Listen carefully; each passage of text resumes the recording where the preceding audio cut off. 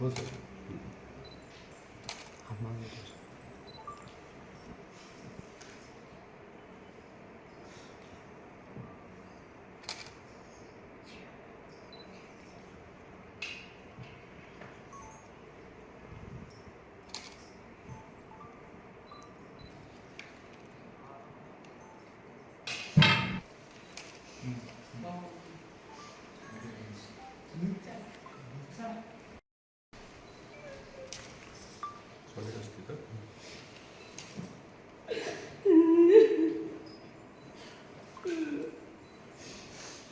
पोटनिवडणुकीचा शेवटचा दिवस आहे. अक्षय कर्डिले आता आपण पाहू शकतो की निघलेले आहेत आणि थोड्याच वेळात अर्ज दाखल करणार आहेत. आज शेवटचा दिवस आहे, काय सांगतात?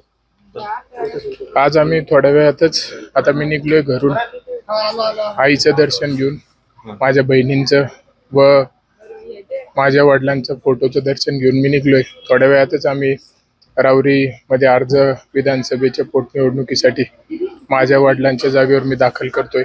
माझ्यासोबत गेल्या 35 वर्षापासून साहेबांनी कमावलेला प्रत्येक माणूस आज 6 महिन्यापासून माझ्यासोबत आहे आणि आज मी माझी राजकीय सुरुवात करतोय.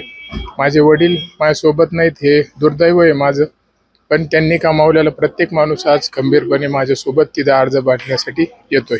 आज तुम्हाला काही प्रतिस्पर्धी उमेदवार दिसत नाहीये, काय वाटते निवडणूक कशी होईल? आता मी समोर कोण उभा राहील किंवा नाही राहील मी काहीच सांगू शकत नाही, कारण की मी पूर्णपणे माझ्या कामामध्ये किंवा मी ही निवडणूक कशा पद्धतीने सामोरे जाईल आम्ही सगळे त्या प्रक्रियेत आहोत. समोर कोणी येईल काय येईल, लोकशाही आहे, ज्याची तिचा वैयक्तिक निर्णय आहे, ज्या त्या पक्षाचा पार्टीचा वैयक्तिक निर्णय आहे, जो तो आपापला निर्णय घेईल. आम्ही आता जसं निवडणुकीला सामोरे जातोय त्याच पद्धतीने आम्ही जातोय सर. निश्चितच आपण पाहिलं की आता आज राहुरी विधानसभा निवडणुकीचा शेवटचा दिवस आहे आणि अक्षय कर्डिले आता उमेदवारी अर्ज दाखल करण्यासाठी निघालेले आहेत. थोड्याच वेळात प्रदेशाध्यक्ष आणि पालकमंत्री राधाकृष्ण विखे पाटील यांच्या उपस्थितीत हा अर्ज दाखल होणार आहे. महाराष्ट्रातील सर्व बातम्यांचे विश्वासार्ह व्यासपीठ, सकाळच्या सर्व सोशल मीडिया प्लॅटफॉर्मला लाईक, फॉलो आणि सबस्क्राईब करा. तसंच सर्व नोटिफिकेशनसाठी बेल आयकॉन प्रेस करायला विसरू नका.